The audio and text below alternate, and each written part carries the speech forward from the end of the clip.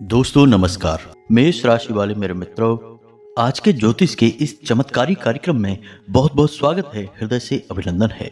माता रानी आपकी हर मनोकामना पूरी करें, ऐसी हम आपके लिए कामना करते हैं। दोस्तों, कुत्ते को खिला दो बस ये एक चीज और आप देखेंगे कि पूरी दुनिया आपके सामने बदल जाएगी। हर एक काम में आपको कामयाबी मिलेगी और आपका दुश्मन भी आपके सामने घुटने टेक देगा। जी हाँ दोस्तों, होगा कुछ ऐसा कि आप जिस भी काम में हाथ डालेंगे आपको दिन दूनी रात चौगनी तरक्की प्राप्त होगी। और इससे भी बड़ी बात यह है दोस्तों कि आपके रास्ते में आ रही रुकावटें और अड़चनें अपने आप हटने लगेंगी। अब आपके मन में प्रश्न अवश्य आ रहा होगा कि ऐसी कौन सी चीज है जिसे हम कुत्ते को खिलाएं और कुत्ते को ही क्यों खिलाएं। तो दोस्तों बिल्कुल भी फिक्र ना करें, हम आपको हर एक बात विस्तार से बताएंगे। दोस्तों, एक ऐसी चीज है, एक ऐसी बात है जो बेहद ही गुप्त और रहस्यमयी है और जिसके बारे में हम आपको बताएंगे तो आप निश्चित तौर पर उसका लाभ ले पाएंगे। अब ज्यादा बड़ी बात तो दोस्तों हम नहीं बोलेंगे, लेकिन आप इस चीज का प्रयोग बस शुरू ही करेंगे और 2 ही 3 दिनों में आप इसका प्रभाव अपने जीवन में महसूस करेंगे। क्योंकि दोस्तों हमने अपनी आंखों से इसके बदलाव, इस चीज का प्रभाव देखा है, लोगों के जीवन को बदलते देखा है। तो माता रानी की कृपा से आपका जीवन भी बिल्कुल बदलेगा, 100% बदलेगा दोस्तों। तो बस आपको एक काम करना है कि इस वीडियो को पूरा देखना है। अगर आप इस वीडियो को अधूरा छोड़ेंगे, पूरी जानकारी आप नहीं लेंगे, बीच में ही छोड़कर चले जाएंगे, तो दोस्तों हम आपसे कहते हैं कि आप अपना बहुत बड़ा नुकसान करवा बैठेंगे। क्योंकि दोस्तों आपने जानकारियां तो बहुत ली होंगी, वीडियो भी बहुत देखे होंगे, लेकिन इससे बेहतर जानकारी और इससे आवश्यक वीडियो आपने अपनी जिंदगी में कभी नहीं देखा होगा। और इस बात का हम आपसे दावा करते हैं कि जितनी मेहनत से और जितनी गहन अध्ययन के बाद हम आपके लिए जानकारियां लेकर आते हैं, कोई कर नहीं सकता है। लोग बस ऊपर ऊपर की बातें करते हैं और आगे बढ़ जाते हैं, गहराई में कोई नहीं जाना चाहता है। लेकिन दोस्तों असली ज्ञान का खजाना तो गहराई में ही होता है। और जो इंसान इस बात के महत्व को समझता है वह अपने जीवन को अपने हाथों से ही बदल डालता है। और हमें विश्वास है कि आप भी अपने जीवन को अपने हाथों से बदलने का दम रखते हैं। जी हाँ दोस्तों, तो चलिए बिना समय गवाए आज के इस महत्वपूर्ण और चमत्कारी वीडियो को प्रारंभ करते हैं। लेकिन इससे पहले आपसे एक निवेदन है कि कमेंट में माता रानी को पूरे भक्ति भाव से याद करते हुए बिल्कुल एक बालक के समान जय माँ भद्रकाली कृपा करो, जय माँ भद्रकाली रक्षा करो अवश्य लिखना। और एक बार नहीं 3 बार लिखना दोस्तों। माता रानी निश्चित तौर पर आपके हृदय से उठने वाली करुण पुकार को सुनेंगी और आपकी जिंदगी को बदल डालेंगी, आपकी हर मनोकामना पूरी करेंगी। और एक बात हम बताएं दोस्तों कि जिन लोगों ने अपने नाम कमेंट बॉक्स में लिखकर भेजे थे, उन लोगों के नाम से हवन में आहुति करवा दी गई है।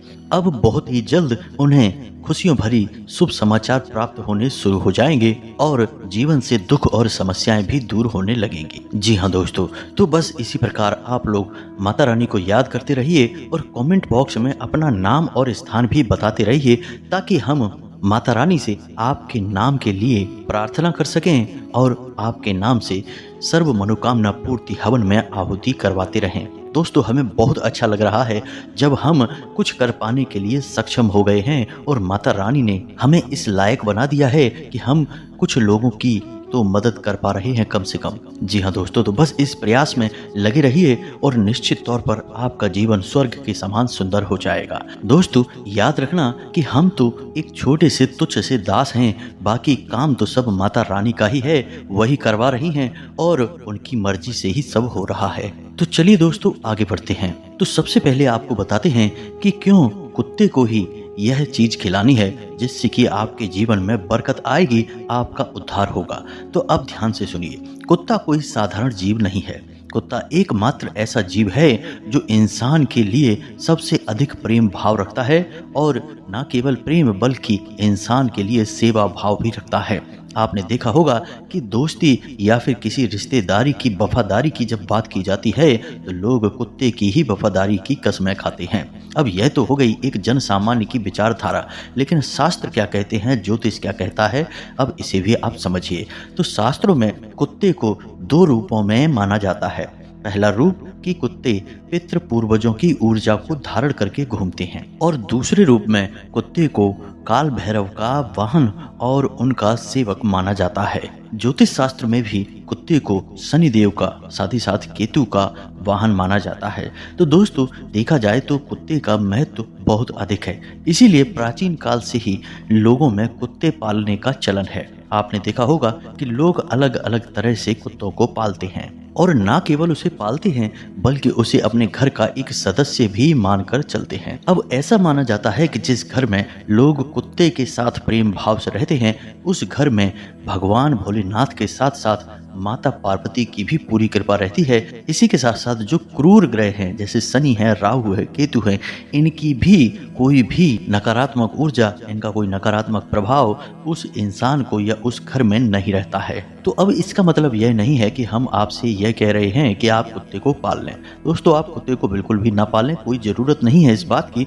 कुत्ते से संबंधित कुछ ज़रूरी बातें हैं जिनको हमने आपको बताना जरूरी समझा। अब इन बातों से आपको कुत्ते का धार्मिक और कुत्ते का ज्योतिषीय महत्व समझ में आ गया होगा।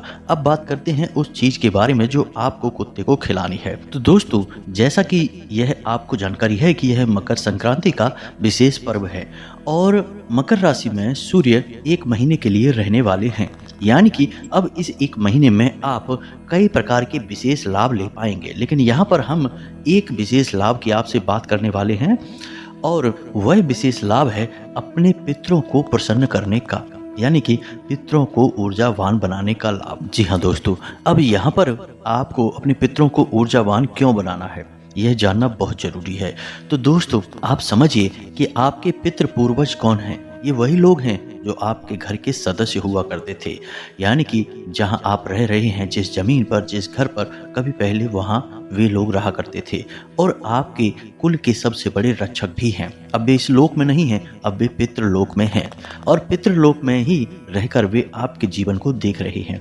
आपके जीवन में आने वाली बाधाओं का पहले से ही उन्हें ज्ञान है, और उन बाधाओं को रोकने के लिए वे आपकी मदद करने के लिए हमेशा तैयार हैं। लेकिन अब समस्या यह है कि प्रकृति का विधान ऐसा है कि पितरों को ऊर्जा आपसे ही प्राप्त होनी है। अब आपके द्वारा किए गए कर्म से पितृ आपसे नाराज हो सकते हैं या प्रसन्न भी हो सकते हैं। अब पितरों के नाराज होने को कहते हैं कि आपके पितृ शक्तिहीन हैं, और प्रसन्न होने को कहते हैं कि वे ऊर्जावान हैं। जी हाँ दोस्तों, अब यदि आपके पितृ ऊर्जावान हैं, तब तो आपके जीवन में कोई समस्या नहीं है, केवल और केवल उन्नति और आपके जीवन में बरकत आएगी। लेकिन यदि आपके पितृ आपसे नाराज हैं, यानी शक्तिहीन हैं, तो वे चाहकर भी आपकी मदद नहीं कर पाएंगे। अब पितरों का नाराज होना कोई ऐसी बुरी बात नहीं है कि वे आपको कष्ट पहुंचाएंगे, आपको पीड़ाएं पहुंचाएंगे। आपके पितृ आपको पीड़ाएं क्यों पहुंचाएंगे, लेकिन वे आपकी मदद भी नहीं कर पाएंगे। वे बस दूर से बैठे आपको पीड़ाएं सहते हुए देखेंगे, आपकी कोई मदद नहीं कर पाएंगे। तो अब ऐसे में आपका यह धर्म बनता है कि आप अपने पितरों को भोजन दें, उन्हें ऊर्जावान बनाएं और उनकी सेवा करें। जी हाँ दोस्तों, यह आपका धर्म है, क्योंकि आप उनके वंशज हैं। तो यदि आप ऐसा करते हैं तो आपकी रक्षा करना उनका धर्म बन जाएगा, और फिर आपकी हर एक काम में कामयाबी दिलाना, आपकी बाधाओं को हटाना और आपके जीवन से हर एक मुसीबत को दूर करना उनका धर्म बन जाएगा, और वे स्वेच्छा से इस कार्य को करेंगे। अब कुछ लोग इस बात को इतनी गंभीरता से नहीं लेते हैं। वे बस श्राद्ध पक्ष में 15 दिनों के लिए पितरों को भोजन वगैरह, तर्पण, पिंडदान वगैरह करवा के और सोचते हैं कि बस वर्ष भर के लिए उनका काम हो गया। लेकिन दोस्तों, ऐसा नहीं है।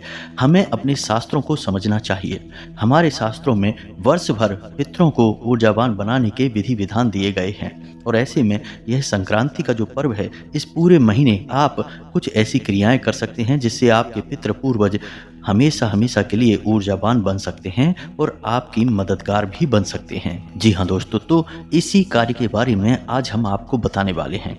अब हम आपको जो बता रहे हैं उस बात को आप ध्यान से समझिए। आपके पितृ कहाँ रहते हैं?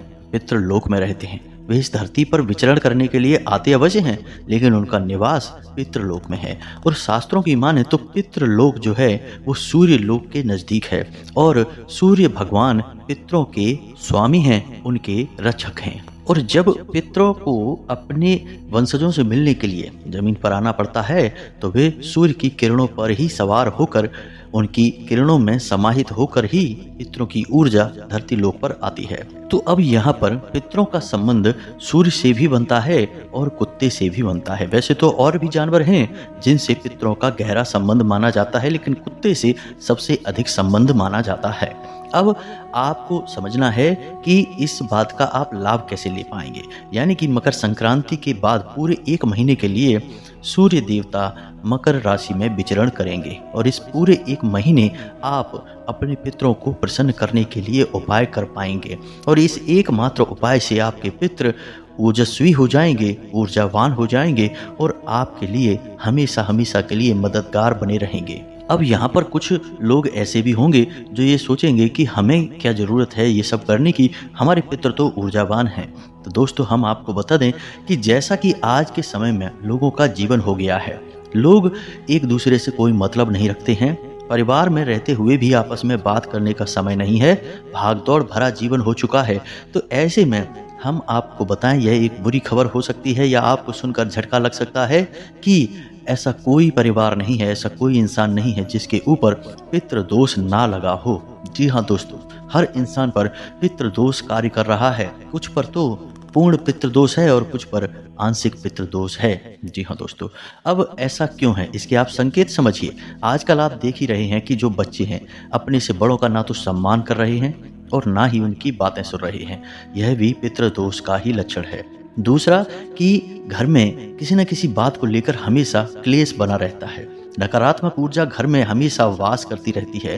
धार्मिक अनुष्ठान की यदि लोग प्लान करते हैं कि कोई कार्य करवा लेते हैं, लेकिन उसमें बाधाएं उत्पन्न होने लगती हैं, काम बनते नहीं हैं और एक सबसे बड़ी बात यह है कि घर में कोई ना कोई व्यक्ति हमेशा बीमार बना ही रहता है।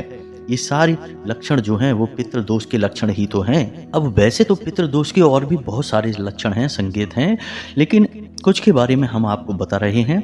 आप ध्यान से सुने। पैसे की आवक ठीक तरह से नहीं होगी, बनते कामों में बाधाएं उत्पन्न होंगी, समाज में मान सम्मान में कमी आएगी और जो भी कार्य करने चलेंगे उस कार्य में बहुत सारी रुकावटें उत्पन्न होंगी।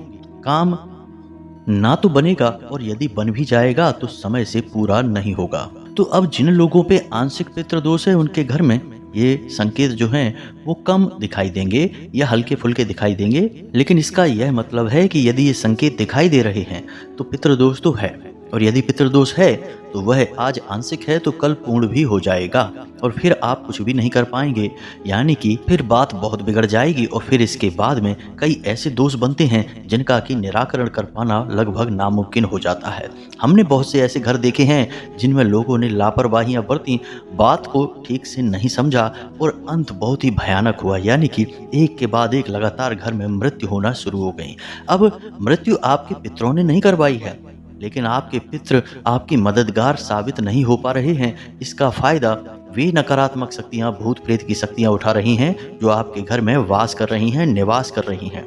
जी हाँ दोस्तों, कई बार हमने ऐसा भी देखा है कि किसी एक घर में हमने कुछ ऐसा उपचार किया कि उनके घर से दोष निवारण के कार्य शुरू करवाए, तो जो भूत प्रेत की नकारात्मक शक्तियां उनके घरों में वास कर रही हैं, उन्होंने इतनी अड़चनें डाली हैं, इतनी बाधाएं उत्पन्न करी हैं कि उनके कार्य जो हमने उन्हें बताए थे वो पूरे ही नहीं हो पाए हैं। जी हाँ दोस्तों, यानी कि बात उनके हाथों से निकल गई है।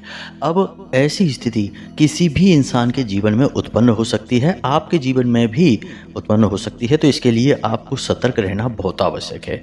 तो जो बात हम आपको बताने जा रहे हैं इसे बस आपको 30 दिनों तक करना है। जी हाँ दोस्तों, 30 दिनों तक आप इस उपाय को करते रहेंगे और उसके बाद यदि आपके ऊपर किसी प्रकार का कोई पितृदोष लगा हुआ है, चाहे वो आंशिक हो या पूर्ण हो, वह समाप्त हो जाएगा, क्योंकि आपके पितृ ऊर्जावान हो जाएंगे और यह आपके पितरों का ही काम है कि आपके घर से नकारात्मक ऊर्जा को भगा देना। भूत प्रेत और जो भी नकारात्मक ऊर्जा आपके घर में वास कर रही है उसे आपके घर से निकाल कर बाहर फेंक देना, यह आपके पितरों के ही वश की बात है और कोई यह नहीं कर सकता है। अब यदि आपके पितृ ऊर्जावान नहीं है, क्योंकि कुछ लोग यहाँ पर यह बोलेंगे कि हम तो हनुमान जी की पूजा करते हैं, माता काली की पूजा करते हैं, तो फिर हनुमान जी हमारी नकारात्मक ऊर्जा को भगाएंगे, पितरों की क्या ज़रूरत है। तो दोस्तों, हमारे शास्त्र इस बात के लिए स्पष्ट निर्देश देते हैं कि जिस इंसान के पितृ पूर्वज उससे संतुष्ट नहीं हैं, ऊर्जावान नहीं हैं, उस इंसान की प्रार्थना कोई भगवान, कोई देवी देवता नहीं सुन सकते हैं, नहीं मान सकते हैं। जी हाँ दोस्तों, पहले आपको अपने घर के सदस्यों को मनाना होगा, उनकी ऊर्जा वर्धन करना होगा, सम्मान करना होगा, फिर आपके लिए देवी देवता भी सहायक होंगे। यानी पहले देवता पितृ देवता हैं, फिर अन्य देवता आते हैं। तो आप इस क्रम को समझिए। विधि और विधान को नहीं समझेंगे तो सब काम करेंगे लेकिन कामयाबी किसी में नहीं मिलेगी। फिर आप यही कहते पाए जाएंगे कि हम तो खूब पूजा पाठ करते हैं, फिर भी हमारे घर में क्यों परेशानियां हैं, क्यों क्लेश हैं। कुछ लोग तो यह कहते हैं कि भगवान है ही नहीं, वे हमारी सुनते ही नहीं हैं। तो दोस्तों, आप नियम संयम तो मानते नहीं हैं, पूरी बात समझते नहीं हैं, और आप आधा अधूरा काम करके पूरी कामयाबी कभी हासिल नहीं कर सकते हैं। इस बात को आप अपने दिमाग में बैठा लीजिए। तो अब ये सारी बातें हम आपको केवल इसीलिए बता रहे हैं कि चाहे आपके घर में कोई पितृदोष आपको महसूस होता हो या ना महसूस होता हो, आप इस कार्य को पूरे 1 महीने करना शुरू कर दीजिए। आपको निश्चित ही बेहतरीन परिणाम इसके प्राप्त होंगे। जैसे ही आप इस काम को शुरू करेंगे, 2 दिन के अंदर आपको कोई ना कोई एक अच्छी खबर प्राप्त होगी। आपका रुका हुआ काम बनना शुरू हो जाएगा।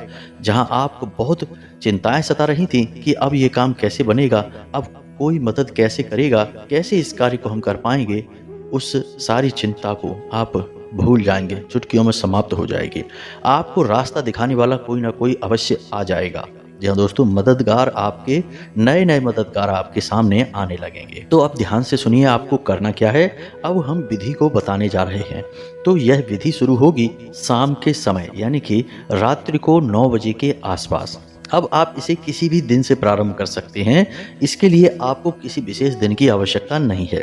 और कुत्ता यदि काले रंग का हो तो सर्वोत्तम है, काला सफ़ेद रंग का है तो और भी बेहतरीन है। लेकिन अगर इस प्रकार के कुत्ते आपको नहीं दिखाई देते हैं तो फिर आप किसी भी कुत्ते को आप इस कार्य में शामिल कर सकते हैं। इसका कोई विशेष प्रावधान नहीं है। लेकिन आपको बस इस बात का ख्याल रखना है कि आपने पहले दिन जिस कुत्ते को अपने इस कार्य में शामिल किया है, 30 दिनों तक आपको उसी कुत्ते को अपने इस कार्य में शामिल रखना होगा। यानी यह नहीं होगा कि आज आपने किसी एक कुत्ते को यह खिलाया, कल किसी अन्य कुत्ते को खिला दिया।